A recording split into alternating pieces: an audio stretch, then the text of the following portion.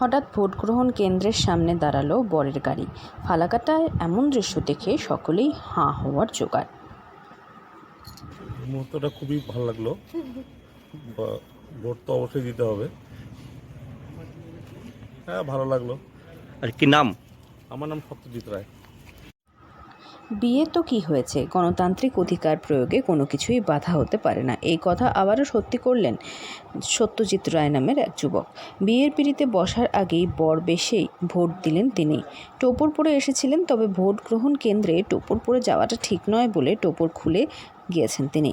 এই বিষয়ে সত্যজিৎ রায় জানান, বিয়ে করতে যাওয়ার আগে ভোট দিতে পারার অনুভূতি অন্য রকমের। সারা জীবন তার মনে থাকবে এই দিনটির কথা। সকাল থেকে অনেক নিয়ম তাকে মানতে হয়েছে, তাই ভোট গ্রহণ কেন্দ্রে এসে ভোট দিয়ে উঠতে পারেননি। তবে বিয়ে করতে যাওয়ার আগে ভোট দিয়ে গেলেন তিনি। বরের গাড়ি দেখে সকলেই তাজ্জব হয়ে যান ভোট কেন্দ্রের সামনে। এমন ভোট পাগল নতুন বরের কথা ভুলতে পারবেন না ফালাকাটাবাসী। আলিপুরদুয়ার থেকে অনন্যাদের রিপোর্ট, লোকাল 18 বাংলা।